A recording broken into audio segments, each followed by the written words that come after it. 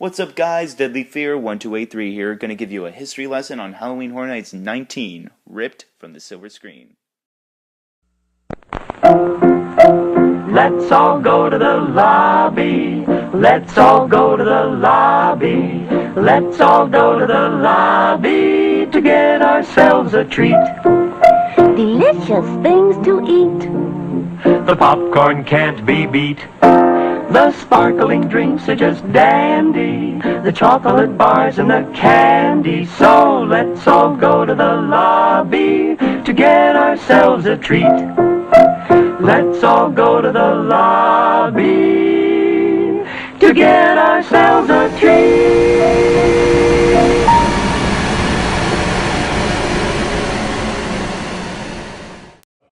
To start off, let's get some backstory on our icon, the Usher, aka Julian Browning.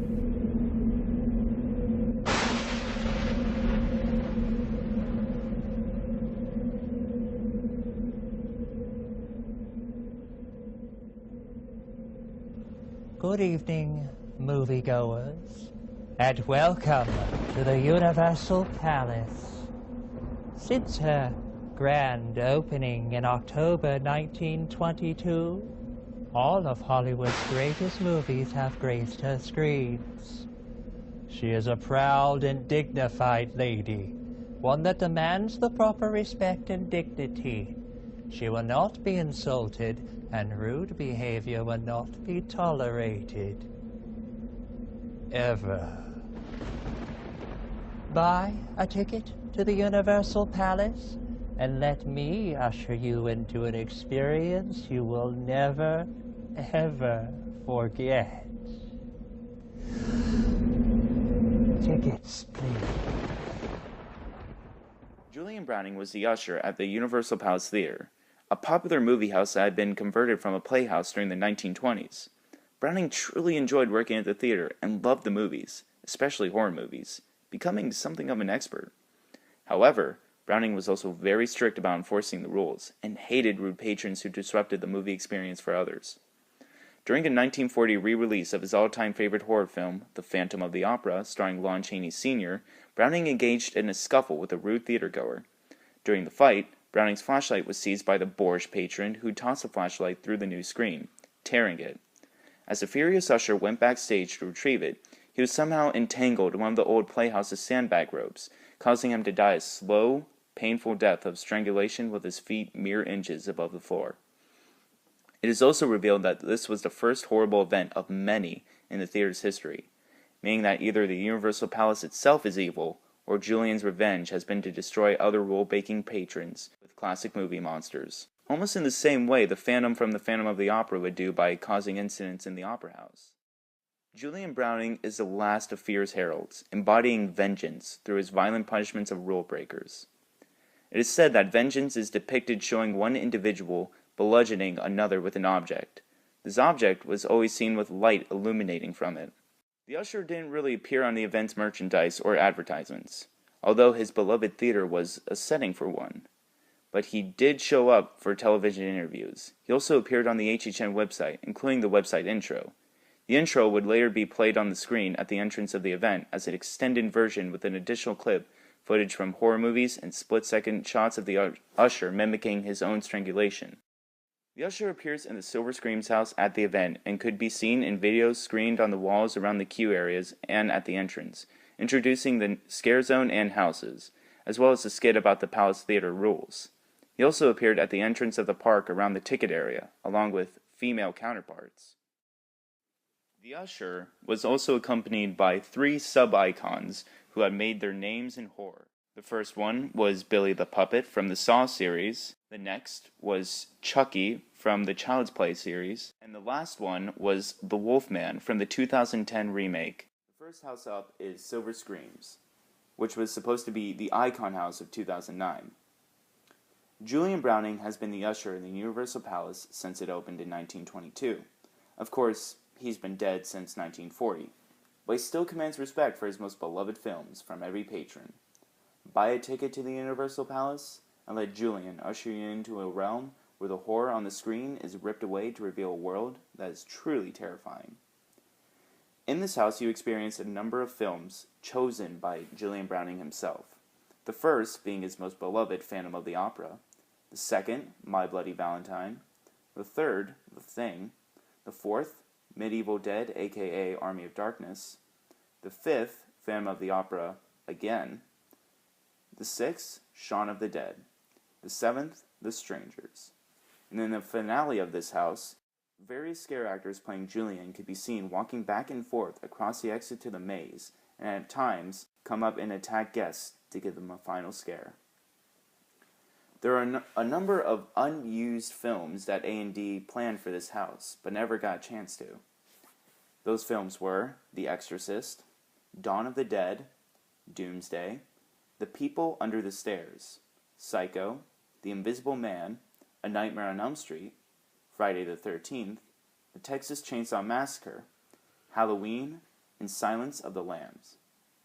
A little trivia about this house, posters for Leave It to Cleaver and The Spawning are seen in the queues. The next house on the list was Saw. This was considered to be a flagship house for 2009.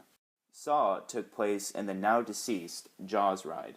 For years you have come to celebrate Halloween and to witness weakness in others. The only way to gain redemption for this voyeuristic obsession is to truly know what it means to bleed, to feel weak, to experience pain.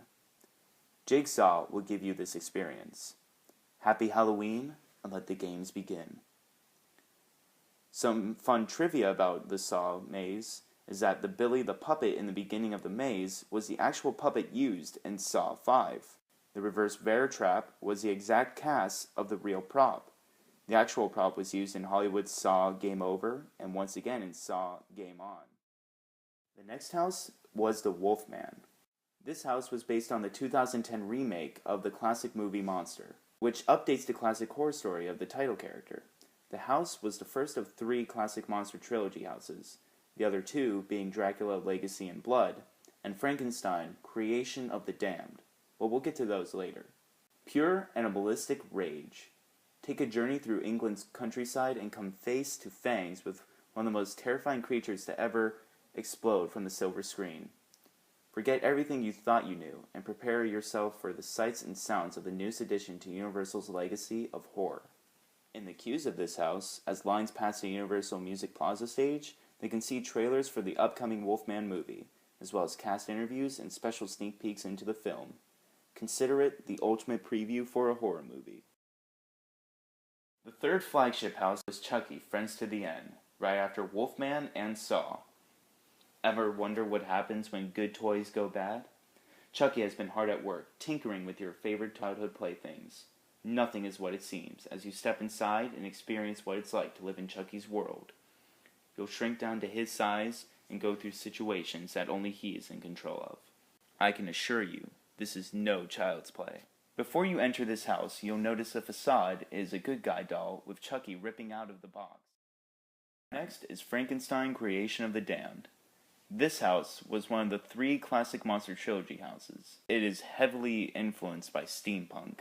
It's been a fortnight since his creation caused the castle to be engulfed in flames. Dr. Frankenstein now continues his work to perfect the art of resurrection and regeneration surrounded by his creations. The creature has also returned to make the doctor pay for the pain and suffering he had to endure. The creature will destroy everything in his path to gain redemption, and you are now caught in the middle of this epic battle. The next house was Dracula, Legacy and Blood. This was the final of the 3 classic monster houses, and considered to be the most intense. In fact, won House of the Year at the end of the month-long run for HHN. Welcome to Castle Dracula. On the night of the calling, Vlad Dracula bids you welcome. Be you one of the chosen women who has been called, or merely a mortal man? Those who have been chosen must decide whether to join the Dark Prince in everlasting life as his brides, or reject his offer and suffer for all eternity. The blood must be renewed. The fate of the legacy hangs in the balance. Dracula's Legacy of Blood. Some trivia on this house. At the end, blood splattered on guests. Guests curious enough to try it discovered it was actually cherry juice. Next house is The Spawning. This is one of the 2 houses that were presented by the horror magazine Fangoria. Something different has moved in among the sewers of Wyandotte County, Ohio. The locals claim that these creatures, these scolders, are 2 feet tall with the body of a snake. As a volunteer member of the local water district, it is your civic duty to venture into these pipes and restore the flow. But beware, the locals were wrong about the scolders, and the only thing that will be flowing is your blood. The final house for Halloween Horror Nights 19 is Leave It to Cleaver. It is yet another Fangoria-presented house. Sam Meats cares for and about the people of Cary, Ohio, like they were his own family. Samuel Meats works for the people of Cary, Ohio as a butcher, bringing them the freshest meat possible. With a steady livestock of translates and town lawbreakers with which to serve, and a staff of volunteers who will preserve their town's deadly secret by any means necessary. There is truly no end to sight for Samuel or his family business. As Sam always says, meet me at Meats. The Z stands for Cannibals. Some trivia about Leave It to Cleaver is that in one of the slaughter rooms, Bloody Mary's head is about to be chainsawed. Leave It to Cleaver has the most upbeat theme of all the houses at HHN.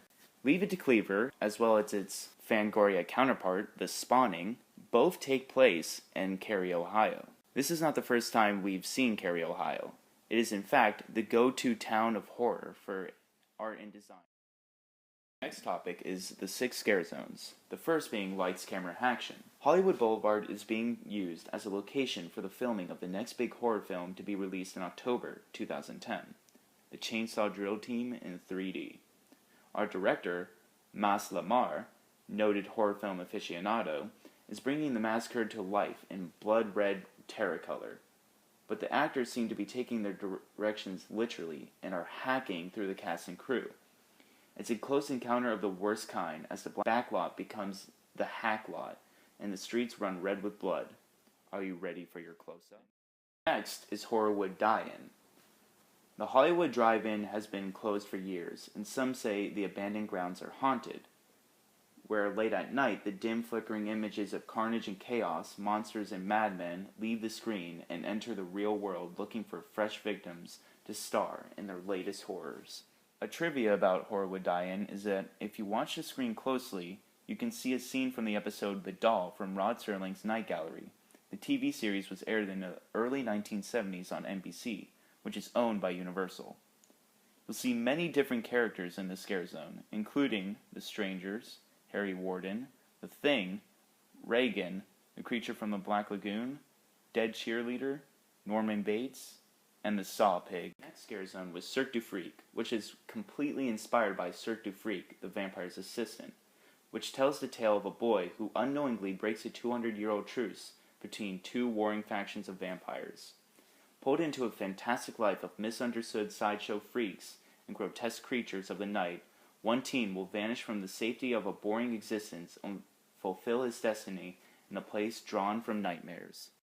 The next scare zone is Apocalypse City of Cannibals. A whole civilization of warlike carnivorous humanoids emerge from the sewers and underground tunnels of New York, looking for fresh food. Half humanoid, half beast and ravenous, these tribal cannibals invade the streets of Manhattan, where no one is safe. This is a personal favorite of mine. The next scare zone is War of the Living Dead. On a remote island in the Pacific during the last days of World War II, the unthinkable was created. A new breed of super soldier made from the reanimated corpses of the dead. American forces quickly seized the island compound, but not before the reanimate agent was released. The island was quarantined and remained a secret until now. 50 years later, the 2 opposing dead forces are still locked in a mortal combat. Trivia about War of the Living Dead is the song Lullaby for a Dead Man was from Call of Duty 5 World at War. There is a mode in this game called Nazi Zombies. Many believe that is what the scare zone is inspired by.